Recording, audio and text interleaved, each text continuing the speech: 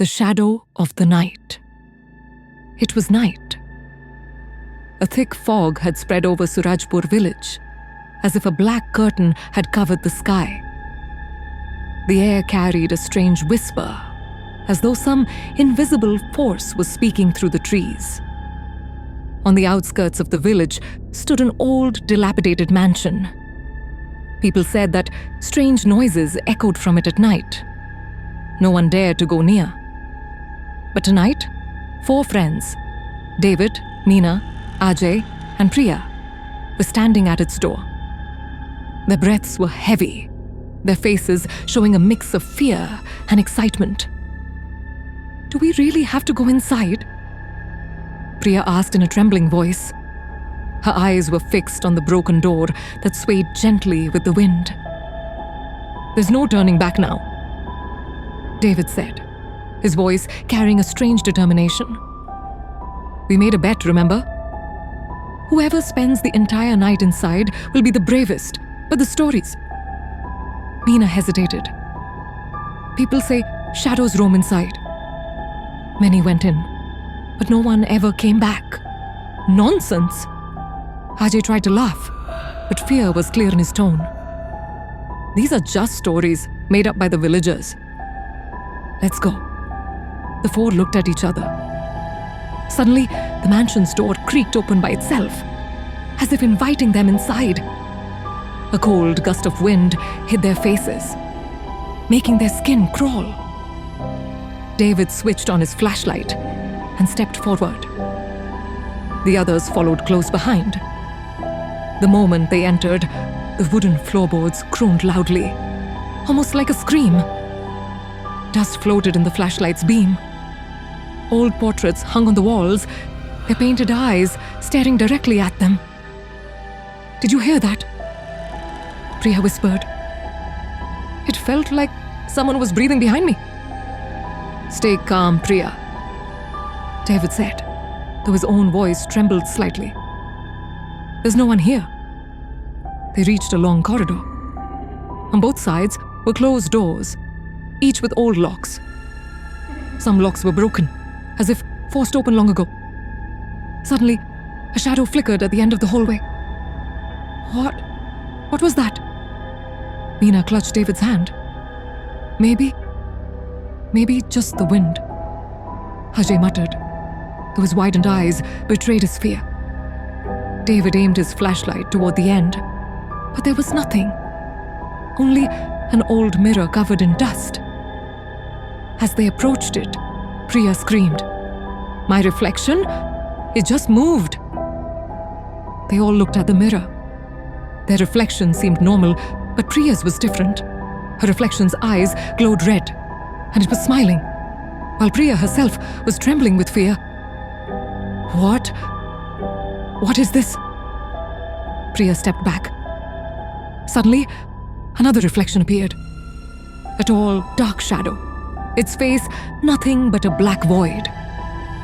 The shadow stretched out its arms, and a chilling, hollow laughter filled the mansion. The friends stumbled back. David swept his flashlight frantically, but the shadow had vanished. Only their breathing echoed in the silence. "We should leave!" Meena's voice cracked. "No," David said firmly. "We need to find out what this is." They opened an old room at the corridor's end.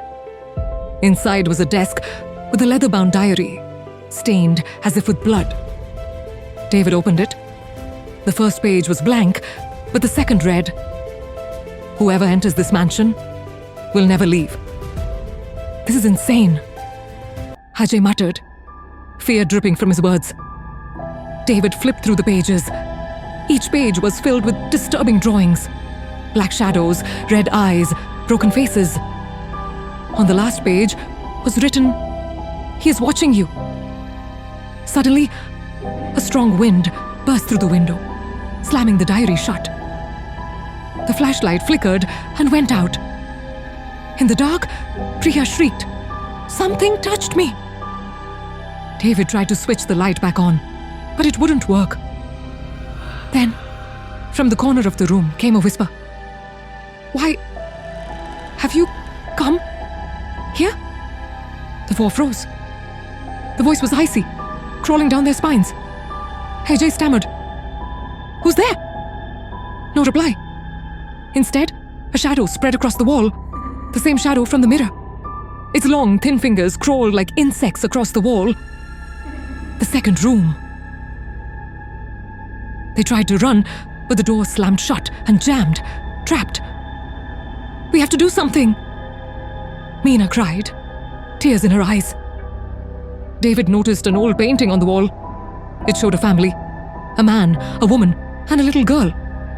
But the girl's face was smudged, erased. Below was written, "Beware. She's hungry." What does that mean? Priya whispered, shaking. Just then, the sound of a child's laughter echoed through the room. It was so twisted, so sharp, it felt like a spirit screaming directly in their ears. Dust rained from the ceiling as the chandelier above began to shake.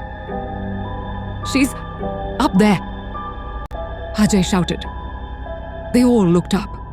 A black shadow crawled across the ceiling like a spider, its glowing red eyes glaring down at them. David grabbed an old chair and hurled it at the shadow. For a moment, it vanished, but then reappeared, this time right behind Priya. "Priya, behind you!" Meena screamed, but it was too late. The shadow's black arms wrapped around her. Priya's scream filled the mansion, and then silence. She was gone. "Priya!" David cried, his heart pounding. "We have to find her." He took her. Meena sobbed. "We need to escape, David." But the mansion was now a trap. Every door was locked. Every window showed only endless darkness. They entered another room. Inside was an old piano, playing by itself. The notes were slow and haunting, like a dead soul telling its tale. Beside it lay a doll, its face smeared with blood. Suddenly, the doll's eyes moved. It looked straight at David and whispered, "You are mine." Ajay kicked the doll hard. It smashed against the wall, but with it came a piercing scream that shook the room. A black mist rose, and from it emerged the shadow again. This time, it held Priya's flashlight. That's Priya's flashlight. Meena gasped. The shadow dropped it to the floor, shattering it. Its red eyes glowed brighter in the dark. "You woke me," the shadow said, its voice so terrifying it froze them in place. "Now you are all mine." David gathered his courage. "We can't give up. We must save Priya and get out of here." They discovered a stairway leading to the basement. The air was colder, the walls painted with grotesque drawings of shadows and spirits. In the center stood an old coffin. On top was a mirror. Inside it, Priya's reflection. "Priya!" David shouted. But before they could reach it, the shadow appeared again. This time holding an ancient knife, the blade dripping with blood. "You disturbed my sleep," it growled. "Now you will sleep with me." David spotted an old cross lying nearby. Grabbing it, he hurled it at the shadow. A shriek erupted as its form dissolved into black mist. But the basement shook violently, cracks splitting the walls and floor. "We have to get out of here!" Ajay yelled. They fled up the stairs, but the mansion itself seemed alive. Walls whispered, shadows poured from every corner. Finally, they reached the main door. It was locked tight. "There's no way out," Meena cried. Then David noticed an old lock above the door, marked with a strange symbol, the same one he had seen in the diary. He touched it, and a bright light flared. The door burst open.